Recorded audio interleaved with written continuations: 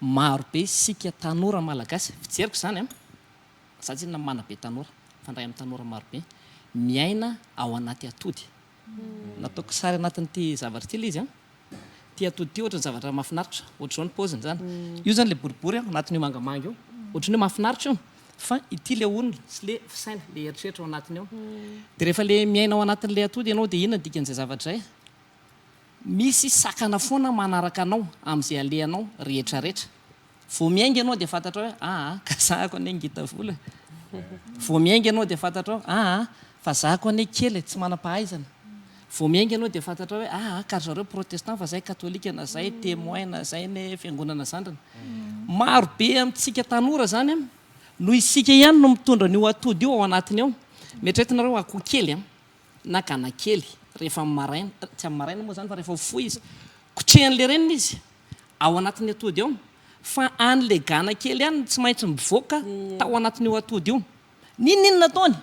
fa tsy maintsy anazy ihany mamaky eo de zay ny afatra ataoko hoe ry tanora namako aza ianao mitondra sakana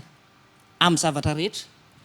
be de be ny tanora rehefa miresaka mifankalala sy misisa de teny voaloha iany hoe fa ny problemako de izao aza mitondra problema manolo ny olona rehetra manana ny problemany daholo ny afatra manomezy ianao lazao kokoa inona zavatra tsara inona zavatra hainao inona zavatra azonao omena manomboka mitsikitsika eo ny eo antsika tamin'ny maraina ny eo antsika ianao koa mitsikinga ianao mandray an'ity afatra ity de rehefa mitsika ianao de efa manomboka manome ianao zay ka ny afatra zany ianao ihany tompoko no mivoaka ao anatiny eo ao mantsy enatra ao ny tahotra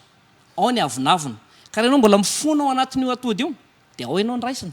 be de be ny gana kely maty akaranany fo ihany izy fa izy ny tsy nivoaka ao de za mahita be de be ny tanora malagasy tsy tafavoaka izy mbola ao anatin'io atody io izy mandramaty amin'ny zavatra rehetra fa zay ny efatra manomeza de omena nefa ny velan'le atody ngeza be malalaka tena malalaka be mamiratra kokoa ondohantsika fa tsy fotsifotsy io ihany rehetra izao tontolo zao satria zay tsy matoko tena ny olona zay koa zay ny tena olana olana mihitsy zay fa amin'ny ankapobeny zany inona ny tena ohatra hoe misy hoe sahi de inona daholo ny sahi fotsiny zao mba ho tonga amin'le miteny ao eo misy vondrana tanora maromaro